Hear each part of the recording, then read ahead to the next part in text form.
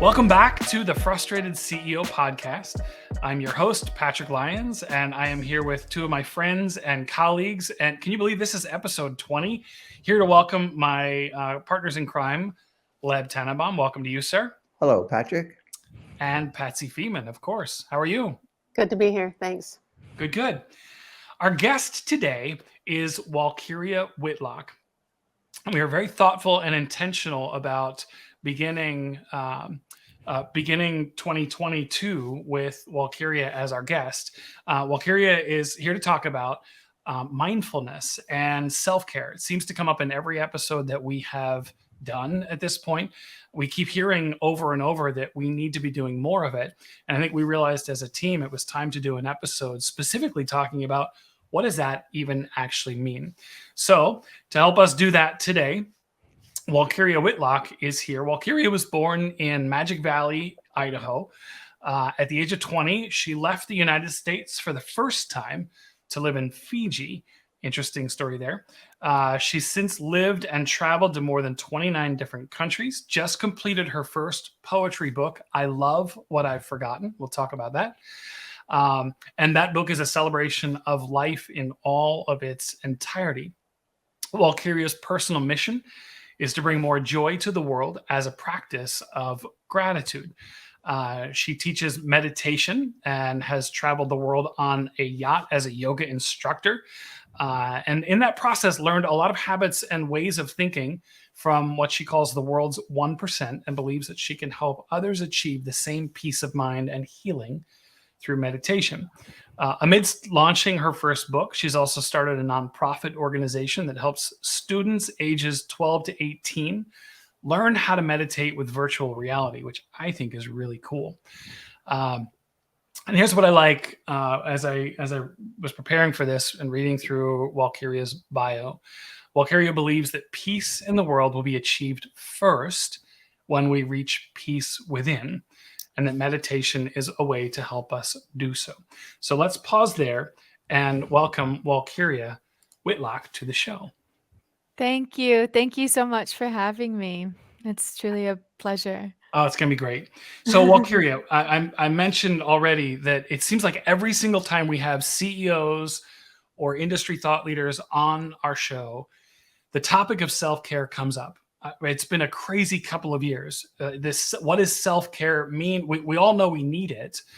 What would you say? How would you describe mindfulness and self-care to our CEO listener? And then CEO, stay tuned, because we're going to talk about how that will impact your leadership, how you can potentially apply it down into your organization as well. So let's start there. What is mindfulness and self-care? So as you spoke, I've learned a lot about how the 1% thinks, right? And one of the quotes that Arthur Blank has given me that has stuck with me through my practices is, you can't fill from an empty cup.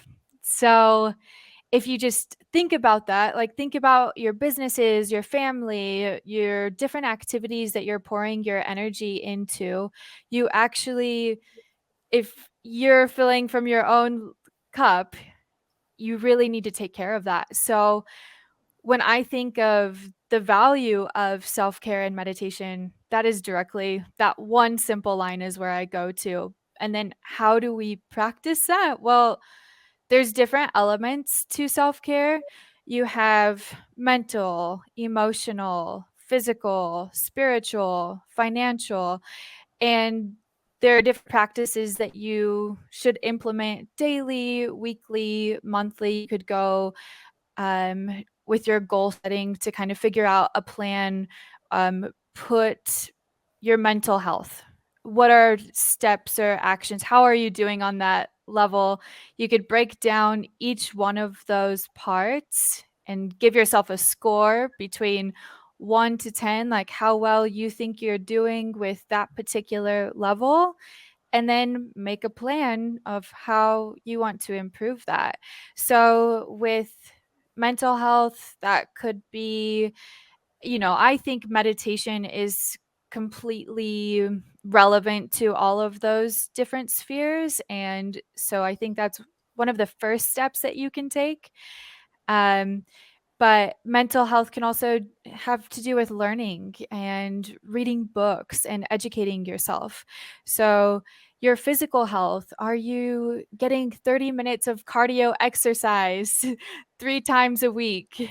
Your spiritual health, do you have a practice for that? Do you pray?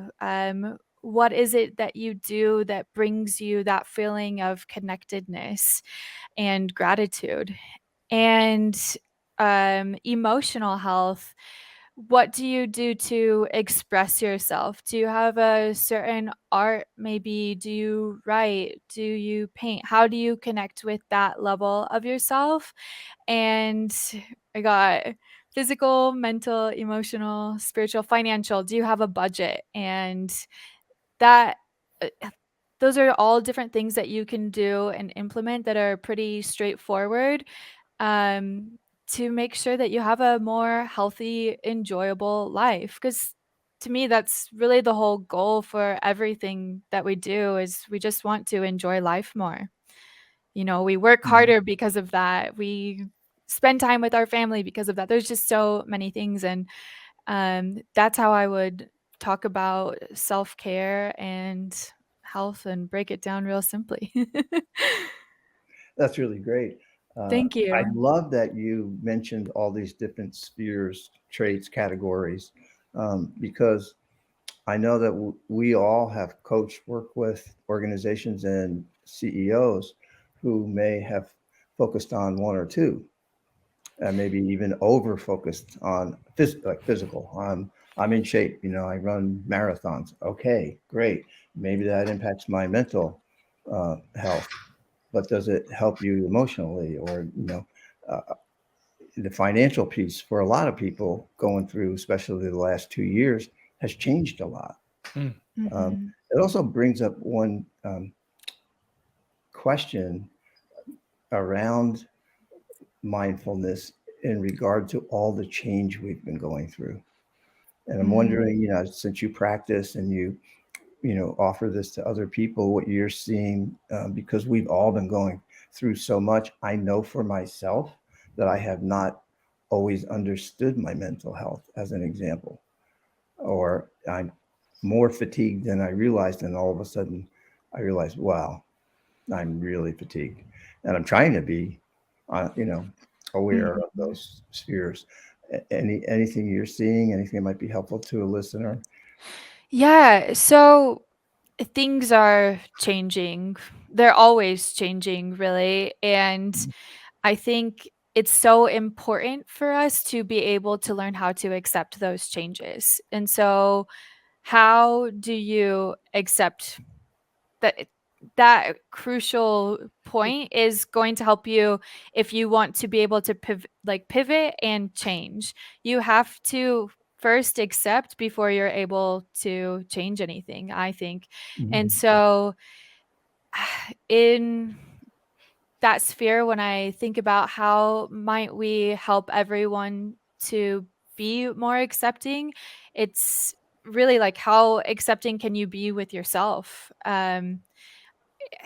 There's a lot of different practices that support the idea that the things that we can't accept around us reflect things that we can't accept inwardly. And so, Mm. if you're able to go more inward via meditation or art of some sort of expression, I really think that that's a window for you to be able to accept these changes that are going on and it really truly embrace the present moment, because in that acceptance you're able to become more present, right?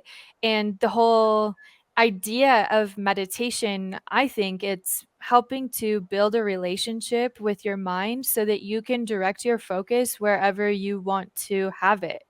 So that's so crucial in building a business or anything that you want to do in life to enjoy your life. You want to be with your family when you're with your family. You want to be in your business when you're in your business. And meditation really gives you that mind power because you're constantly taking time to practice focusing on just one thing. Mm. That's So, great. That's great. I Thank never you. thought of building a relationship with my mind. Well, That it's yeah. there. Yeah, it will, um in my experience, if I don't do meditation kindly, if I'm just like, "You have to be quiet," it does not go so well. So, actually, a practice that I did to start meditation, because I was 20 years old, I was in college, I learned about meditation. I actually, learned about it because I heard that CEOs were doing it, and I was like, "Oh, that's very fascinating." I wonder why. But when I learned about the different types of meditation, it all just seemed to me that you're simply focusing on one thing. And so I had the busiest mind, and when I would try to close my eyes and sit still and be quiet, it didn't work for me, and so what I did instead was I kept my eyes open. I sat outside in nature, which I think is really good for people. I stared at a tree. I stared at a fixed point, so at least I was having a stationary point, and I thought of the word beautiful. And for me, that was a fantastic word Mm. because I could focus it, right? Like I would stare at the tree, and if my mind wanted to wander, I would give it a task like that's still focused on the word beautiful. So the tree is beautiful, the sky is beautiful, Mm. and I could spell it out, Beautiful. I even came up with my own definition for the word beautiful, which to me means anything that excites a greater appreciation for life. And so you can do meditation and start your practice into a way that's enjoyable for you. Because then I did just time and sitting. I was able to work my way into that because I was able to build this positive relationship where I was directing my mind to go where I wanted it to. So, yeah, you can create your own meditation, you know? Yeah. So, and thank you. I was introduced to meditation just last year. Um, and I mean, when I say introduced, that's really where I started to try to learn a little bit more about it. Obviously, I'd heard of meditation, and to your point, I knew leaders who were doing it. Interestingly enough, I don't meet a lot of really anxious uh, people who meditate. It seems like it's working, right? They're able to remain calm and be more thoughtful and present. And not that they, not that people who practice meditation don't get angry, they do. Um, but what I learned, and I know very little, but what I learned was that I guess I thought meditation was about quieting the mind, stopping the thinking. And what I've learned is that you really can't always do that, right? I can, to your point, I can focus on one thing. Very often, it's the breath, or it's Mhm. a stationary object that you're looking at. But the thoughts are still going to come. It's not about not thinking, it's about capturing that thought and saying nope, not now, right? And so Mhm. coming back to whatever it is that you're focusing on, and that alone teaches you the discipline of being able to be present and being able to be mindful and separate, not constantly be thrown around by the crazy thoughts that come to your mind.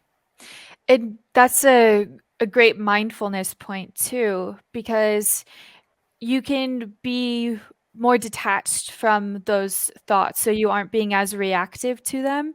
And it also allows you to build this relationship with your mind where you're able to observe your thoughts moment to moment.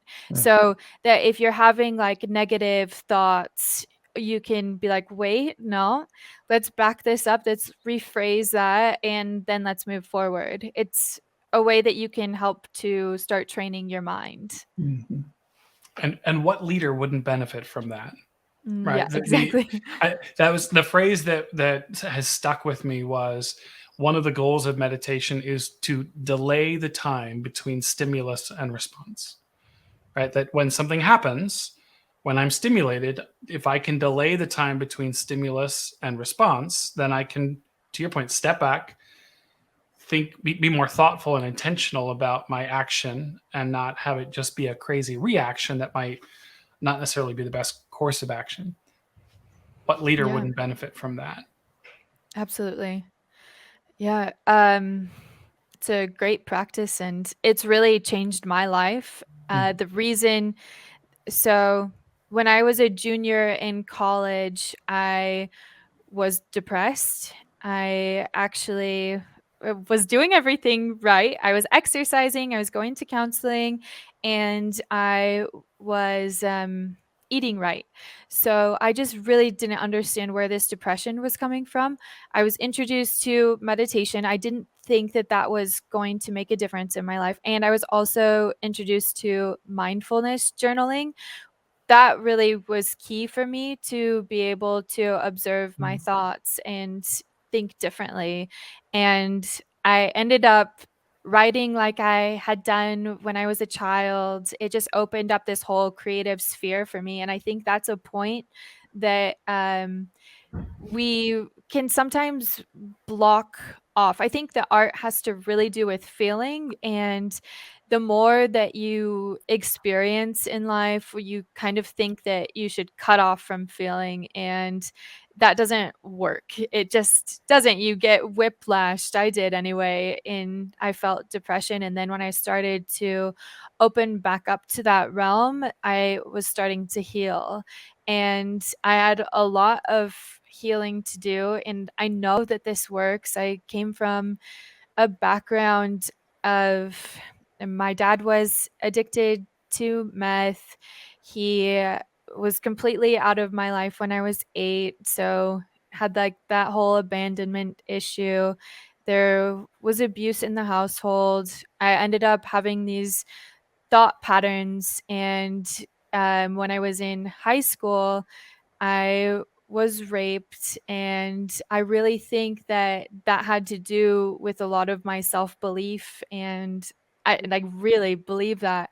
But cutting myself off from feeling was my momentary action, and then it wasn't until years later that when I was feeling so depressed and I couldn't have any avail, that I was able to understand myself more deeply and really be able to care for myself more deeply, and in turn care for others better too. Wow. So Hmm. well, yeah, it's like giving you that's No, but that's what it was, but I think it's great.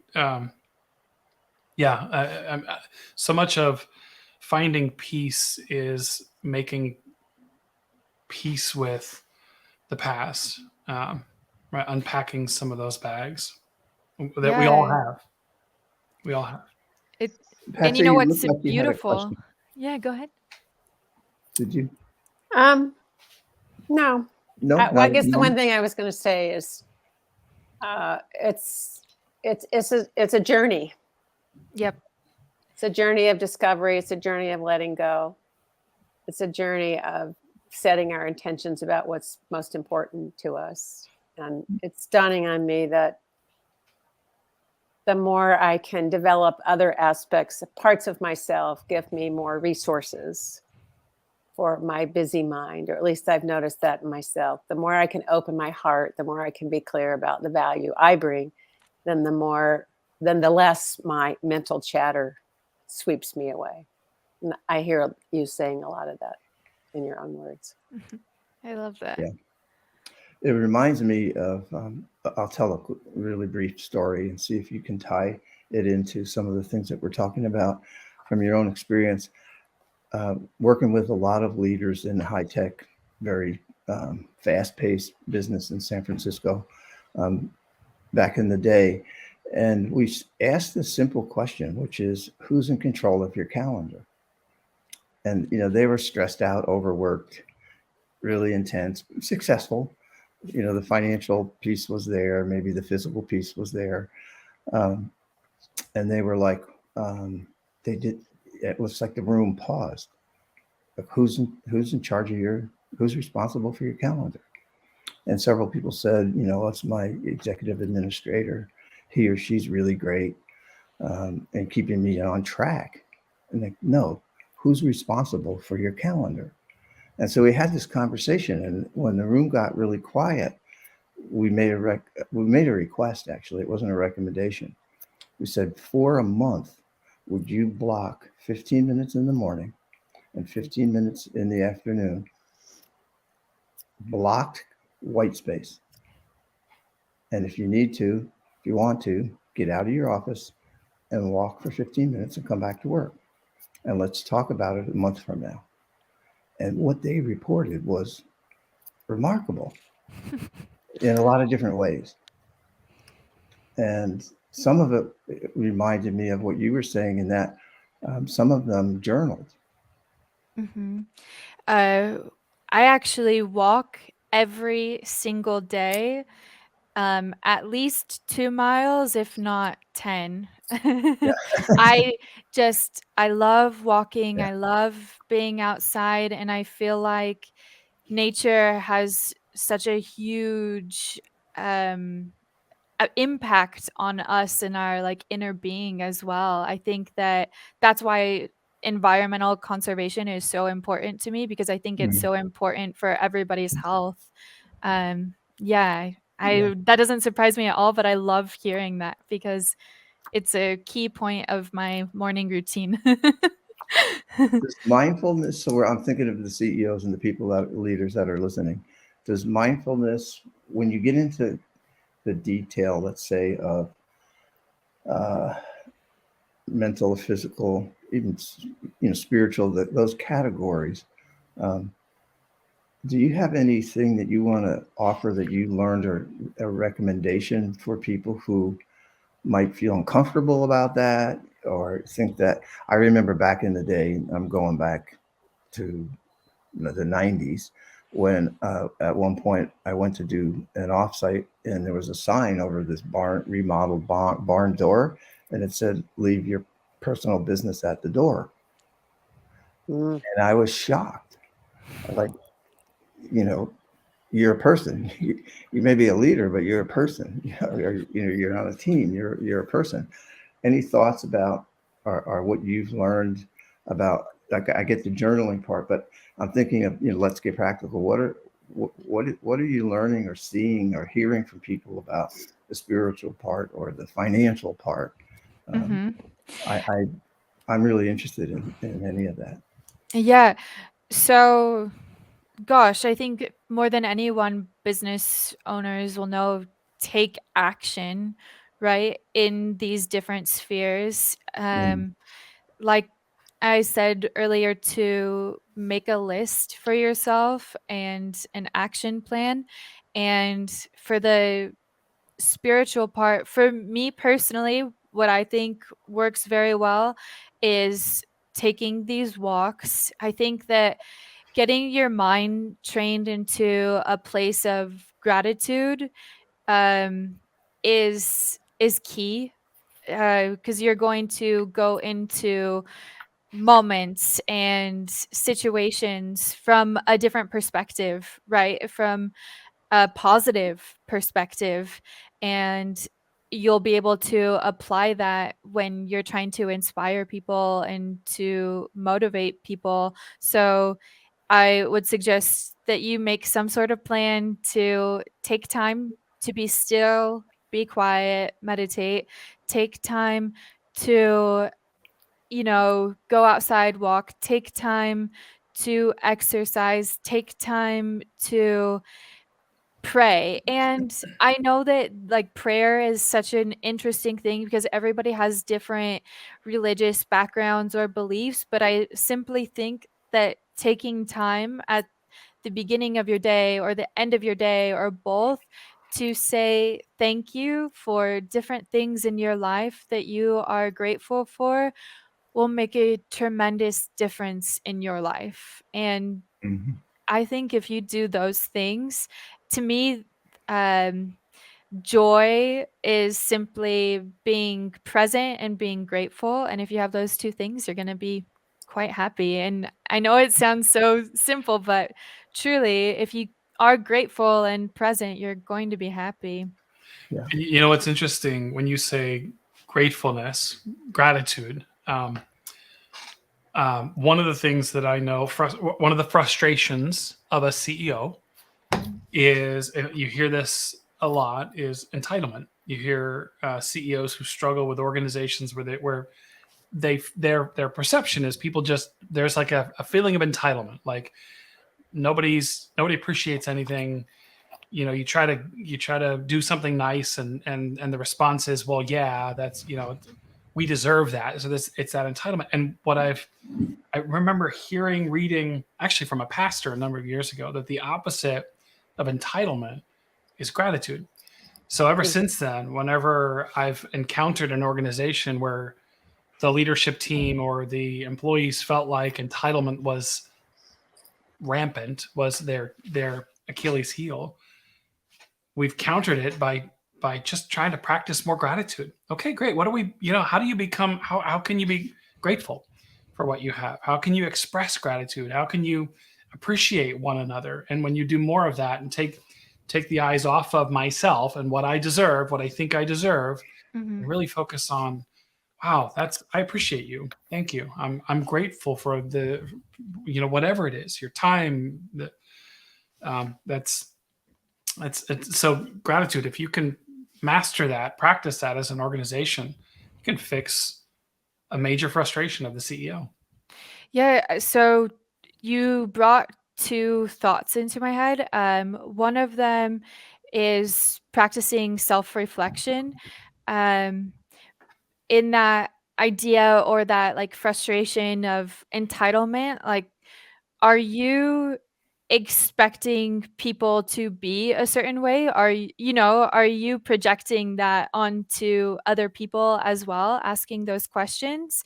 And then I actually read a book years ago called The Anatomy of Peace, and it basically says that conflict arises from being in one of four boxes, and that is to be seen as, better than, I deserve, which you said, and greater than, or sorry, worse than. So if you think you're worse than, better than, you deserve something, or you want to be seen as something, any one of those things, then that's the heart of, or start of, conflict. So asking yourself those questions, like, am I operating from one of these? And yeah. And what if you are? What do you do? What if you find yourself in one of those boxes? Well, then you take a step out of the box, right? You're like, okay, so it's a humbling thing. It's like a get out of the box. That's what we Okay, want to do. good. That was easy. Yeah. If you realize it, if you become aware of it, then you can think differently, right? Mindfulness. Yeah. Isn't that's to me, I think that's mindfulness, is being more aware of my thoughts, more present, so that I can, to your point, step out of the box instead of react from within it. It's yeah. So I'm struck by something you said earlier, and as we were getting started, about mindfulness meditation helps to develop peace within. And piggybacking on what Patrick just said, and especially around showing more gratitude, we often talk about one of the myths of leadership, of being a leader, is that I need to talk more than I listen. So talk a little bit about the benefits, actually, of becoming more mindful.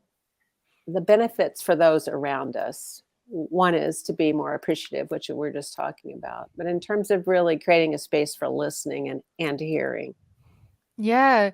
So when you are able to create this space, right, you're being more open and inclusive, then you are basically creating a powerhouse for innovation. So if you're more receptive, people feel more comfortable to express themselves, then they're going to be more comfortable to express their ideas, and they're going to be more excited to work on projects with people. So when you are able to practice this and like implement these and bring this good energy into your place of work, you're going to help it to spread to other people. And so, you know, when especially people from my generation, it, it's about enjoying life. It's about quality of life. There are super hard workers that really care. And if you're able to, listen and be receptive, then you're going to be able to spark incredible innovation. Truly, that's what I hear when I say that. I'm just like, oh, that's a great spot for innovation. I just got So, goosebumps, so I think you're onto something there. aw. Thank you. You're welcome. Well, Kyria, I mentioned it when I was introducing you. Uh-huh. You said you believe that peace in the world will be achieved when we first reach peace within. And the reason that resonated with me, and I think with us, is one of the things we know about organization culture is that the greatest impact on every organization is the senior leader. So maybe in this instance, not world peace, but even just organizational peace. Talk about the impact of, as a leader begins to become more mindful and can lower I often refer to it as just lowering the internal internal thermostat, just lower my own internal temperature and what kind of impact have you seen? Well, you just talked about greater innovation, but in your experience, what are some of the other positive impacts? Like, help make the case for why Yeah. a leader needs to start in the mirror, find that peace, and what happens to the organization. I'm going to tell you a story. So, I worked on Arthur Blank's yacht, right? Arthur Blank is the owner of the Atlanta Falcons, correct? Yep, and one of the founders of Home Depot. So I usually freelance. I've worked on over 30 different yachts actually, and I've encountered many different people. This person's very special. At the end of our first trip, he had all of us crew sit down and we had a meeting. That for one is like kind of unheard of. And then he asked, "What can I do better?" So we're serving him on his yacht, and this is the type of leader that he is. Um, A, it inspires people to be better, to do better, because when you take that, it's truly a selfless approach, but it comes from a very deep self-care. You're able to ignite something deeper in people as well. And this whole idea that peace can be achieved when we have peace from within is because it takes really two people to have a full conflict, right? If one person can step outside, then you can ease things, you can remedy things. And so if you can make that space within yourself, then you're going to be able to create peace through compromise, through communication, through understanding. So, yeah, I don't know if that answered your question, but that's Yeah, really absolutely. Absolutely. That was great. I want to build on that. So there's a lot of divisiveness right now, Mhm, right? And, I know I've worked on this for a really long time, but your mind judges. mhm, My mind, you look at something, whether it's a piece of art or a person or politics or whatever it is.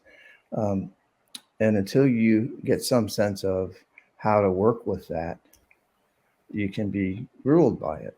mhm, And there's a lot of people right now who seem to be in the space of it's either my way or it's not the right way, and a lot of conflict. And you've talked about mhm, conflict some.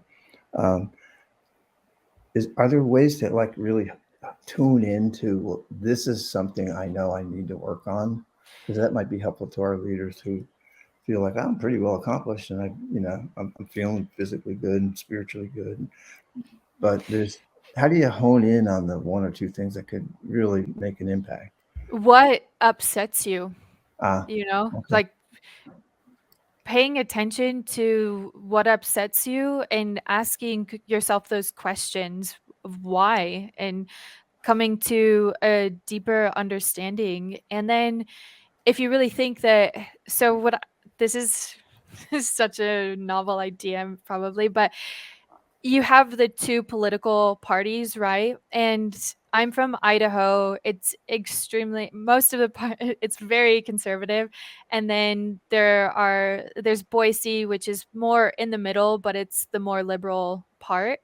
But when you really talk to people and ask them why they believe the things that they do or what they really want, really people want the same things. They Yep. just have a different idea of how to go about it.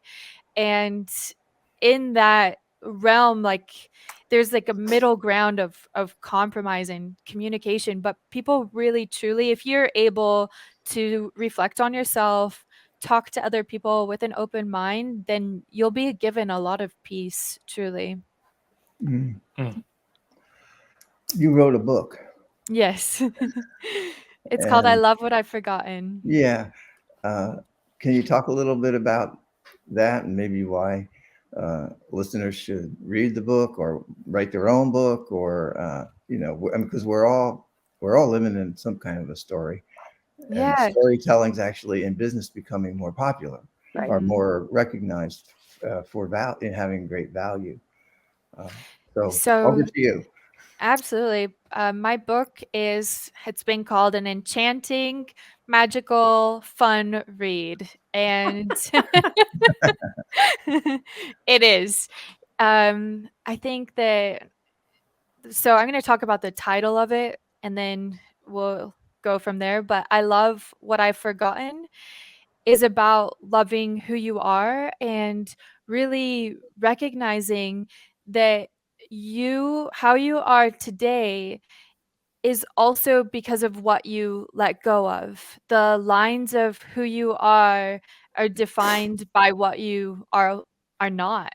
And so it's a lot of self-care in the book. Even like the action of writing all of this stuff was my form of expression. And yeah, that's really what it's about. It's fun. It's adding joy to people's lives, I hope. But I'm happy to read you guys a poem if you would like to. Let's do Would it. you like that? That would be Okay. terrific. Yes. Okay. So one of the fun parts is that I actually sing quite a few of them. And it's because that's how it came to me. But it's also to illustrate the difference in perspective. Like you can read this page, right? And I'd be very surprised if you were able to come up with the same melody that I did. But you can compare those two different perspectives, and it just illustrates it very clearly how you can think that you're reading the same thing, getting the same thing from it. And it's just not always the case. So let's do The Secret.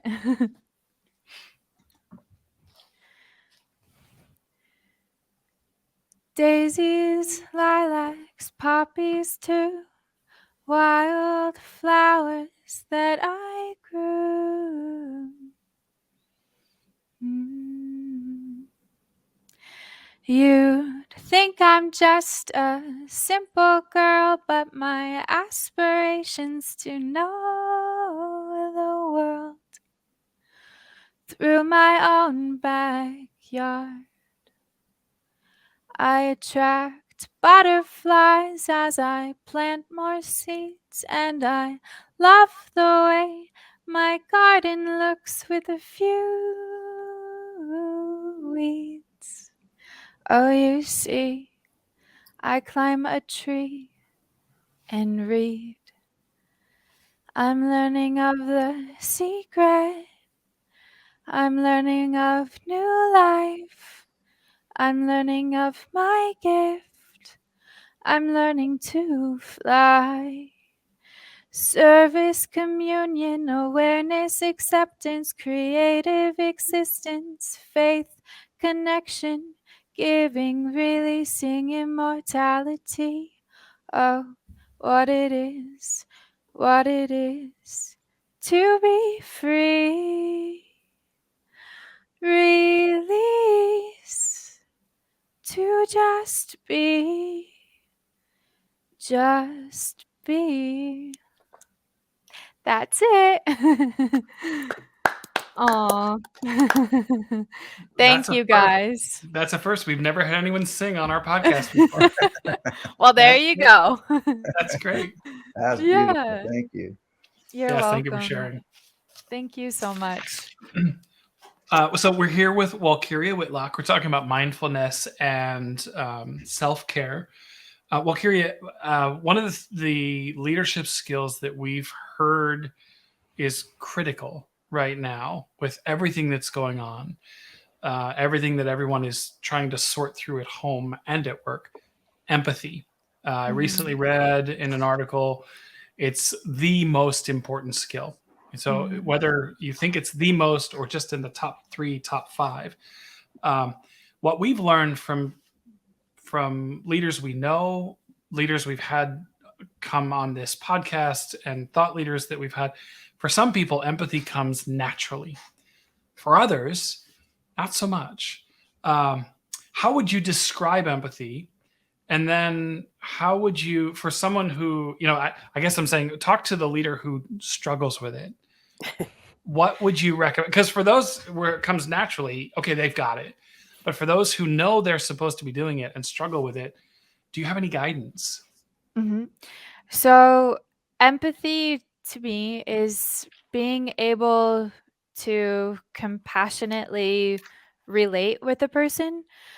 And I am remembering a group project back in school where usually people don't like group projects, right? You have one person who does all the work and da da da da. But this was in a management class, and so the whole idea is to get everybody to contribute as much as they can, or equally, or just being able to assign tasks to individuals. And I was the group leader, and there was this one person who I felt like I didn't give that hard of tasks to. Like, they were not very difficult tasks, and they were still struggling to get them done. But I was like, okay, I'm going to come at this from a different angle. And, I asked if they needed any help, if there was any way that they could, if I asked basically if they needed any help to achieve this, because it was clear they're not pulling their weight. And when you communicate that in a kind way, then how he responded was like, you know what, I'm so sorry. I've been having like horrible stuff going on at home, and this has just really not been my focus, but I promise that I'm going to get it done. Like, he actually worked super hard and over, like, above and beyond, still on the deadline. You know what I mean? So I think that if I had come at it from an angle that was just like, why aren't you doing your stuff on time? Like, this is not okay. Right. It that's not it would have come from like a negative place, right? But when you ask someone, do you need help? It comes at it from a place of abundance, really, because you're thinking like, I have help to give. I have time and energy to give. And that's exactly what I was met with, was like, I have time and energy to give to this too. So no, I don't need your help, but I really appreciate you asking. And then we had a good relationship that was built from that, so Mm. people really are in I really do believe people are good at heart, and they're going to do the best with whatever they have available to them and whatever mindset they have available to them, which brings us to like this this next idea, if self-care is so important to our own well-being and our own ability to show up as a strong leader and to do great things for our business, then wouldn't it make sense to have a system in place for your workers to practice self-care as well? You know, Mm. if you want them to be able to show up and give their best and give their all, then wouldn't that make sense too? I don't know, Yeah, but that's good. Thank you. yeah. Yes. I have one more question. Yeah. It relates to, having like looked at all the things that are meaningful to you that you care about. Mhm. There seems to be kind of a line through animal welfare, uh, arts and cultures, civil rights, human rights, poverty alleviation. And so I think a lot of organizations, so I'll take it to the organizational level and then take it to the leaders of the organization and then to individuals, especially in, your sphere of influence at the, and uh, getting clarity around purpose. Mhm. Oh, that's Like that's a I tough kind of one. see That some takes purposeful time. line through a lot of this stuff, and I know it's a big topic, but just any thoughts for our listeners on how important purpose is, or how mindfulness might help you better understand the line through all these activities that matter to you, or all these people that matter to you, or your Mhm. organization's ultimately purpose for being besides profitable, or that kind of purposefulness. Yeah. So if purpose is really important for our generation, and it's usually something that has to do with um how do you I want to say good, right? Like something that helps the world in some way.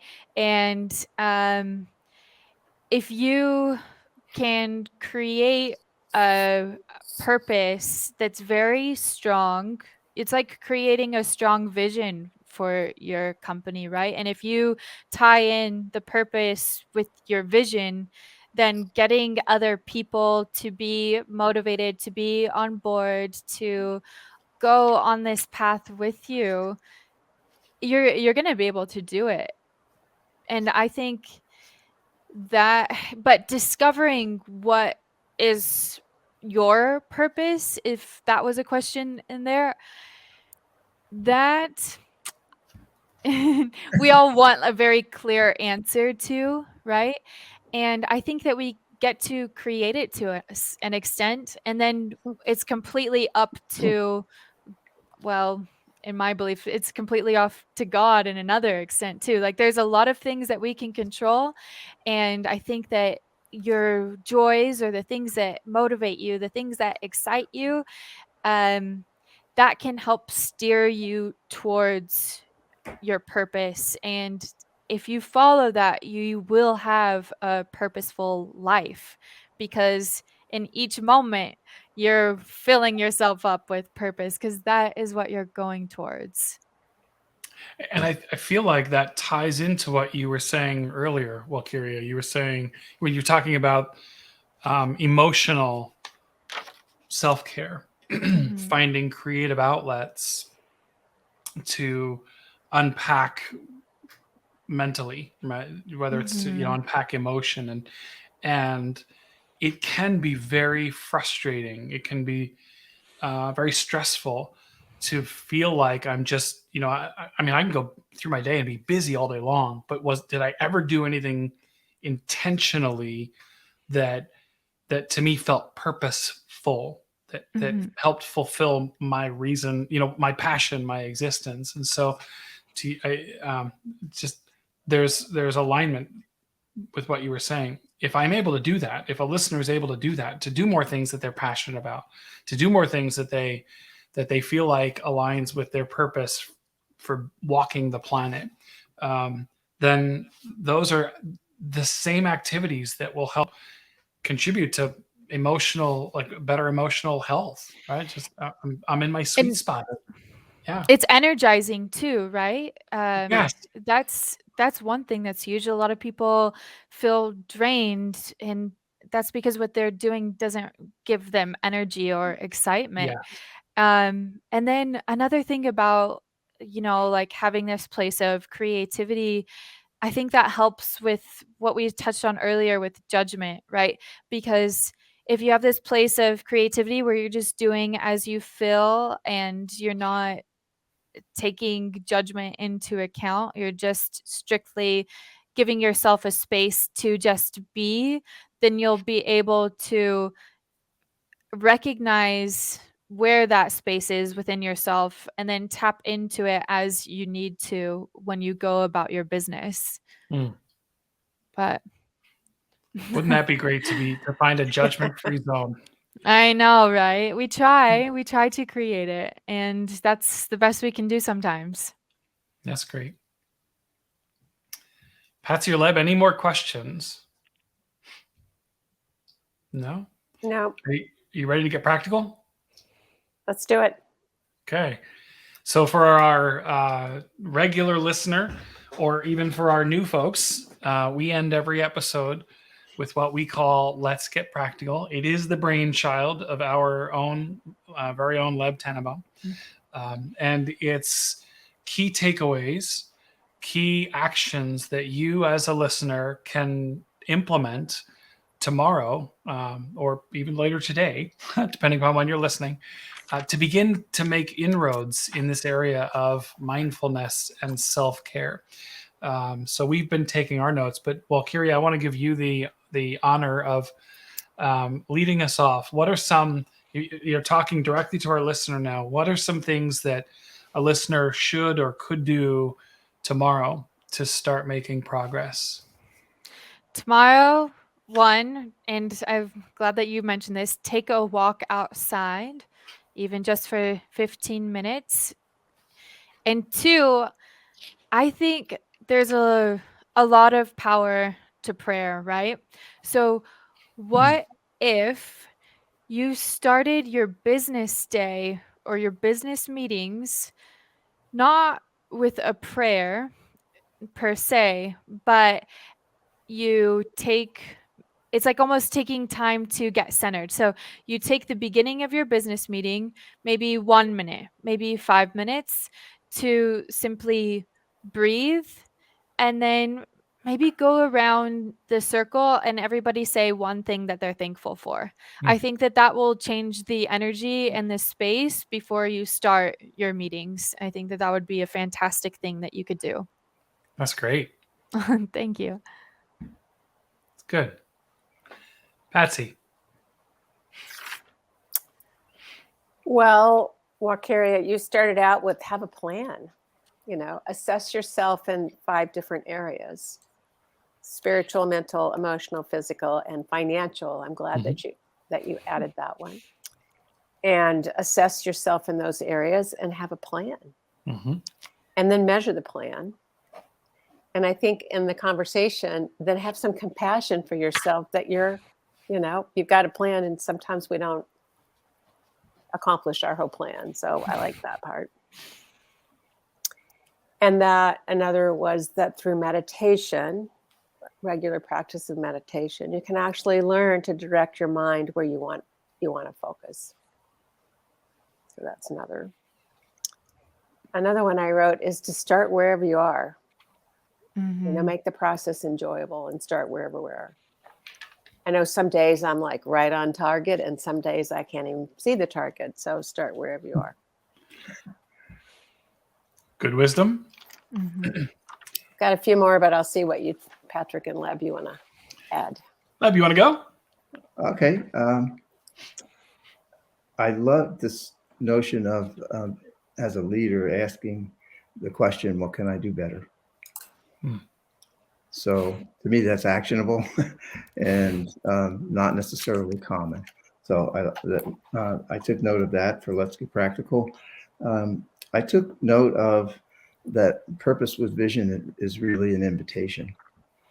It's an invitation for people to join in and help realize that purpose and that vision. And the other one, and then I'll stop, is, although my whole page is filled, that journaling can open up mindfulness. And it's something everybody can do.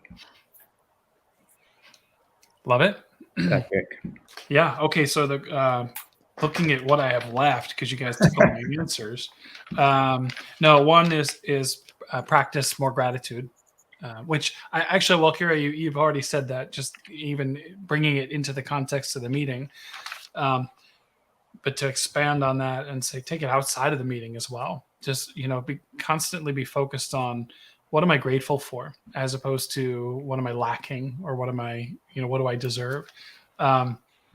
Second, I loved when you said, Walkyria, pay attention to what upsets you and then ask why, right? And I think one of the things we do is, especially when we get upset, we often judge our reaction. Like, oh, I didn't handle that right. I flew off the handle. I lost it. But we never go back and ask the question, why? Why did I get upset? And so to do it non-judgmentally, to understand more about myself. I thought that was insightful. And then there's always the why, right? Why, when I think about why should a CEO, why should a leader care about this? You said, or you alluded to, really when you master, you said, when you master self-care, you ignite something in others to want to do the same. And you also create more peace within the organization by learning to rise above the conflict instead of engaging and escalating it. So there really is a financial, there's an ROI to doing this. But I just love specifically igniting something in others to want to do the same. That's what a leader is supposed to do. So I thought those were really good. Anything else anybody wants to add? I'd add that by becoming more mindful and centered, that allows you to become more open and inclusive to others. So wider diversity of ideas. And you said that allows you to become, your organization to become a powerhouse of innovation. I hadn't put those together before, so that's powerful. It's true. I'll add one other. I loved when you talked about being present and the way you described it as building a relationship with your mind. Oh, thank you, guys. Yeah. Excellent. Well, Walkyria, anything you want to add? Any other last, like, try this, consider this, starting tomorrow for our listener? Thank you for listening, and maybe ask yourself in each moment, how can I enjoy this moment more? I love that. That's great. Well, Walkyria, how can someone find out more about you? Where can they find your book? How can they get in touch with you should they want to explore more with you? Yeah, so my book is available on Amazon, on Barnes & Noble. I have a website. It's www.walkyria, WALKYRIA, Whitlock, WHITLOCK.com. And it has all of the different projects that I'm working on, plus more. And yeah, if you would like to email me with anything, feel free to. It's my first name dot my last name at gmail.com. Fantastic. Okay. Excellent. And thank you, Walkyria Whitlock, for joining us today on the topic of mindfulness and self-care. I don't think I shared this, but that's actually my goal in 2022, is to focus more on my own mindfulness and self-care. So this is timely for me. So I don't care if anybody else liked it. I loved it. Thank you. Thank you. I appreciate it. It was great having you. Thank you again to my partners in crime, Patsy Feeman and Leb Tannenbaum. You continue to make this not only entertaining and fun, but I'm just really proud of the work that we're doing. And so thank you both for that. A pleasure. Thank you, Patrick. Yes. Yeah. All right, listener, thank you for tuning in. As always, you can find out more about us. You can listen to all of our episodes wherever podcasts are available. You can also download this episode's Let's Get Practical and all of our previous Let's Get Practicals from our website, www.thefrustratedceo.com. Please, if you like and appreciate what we're doing, leave us a review. That would be fantastic as well. But otherwise, just go forth and be more mindful and really commit to taking care of you, because as Walkyria said, you can't say it again. You can't pour from an empty. Go ahead. You can't fill from an empty cup. Can't fill from an empty cup. Excellent. Fantastic. Thank you for tuning in, and we'll see you again next time on The Frustrated CEO.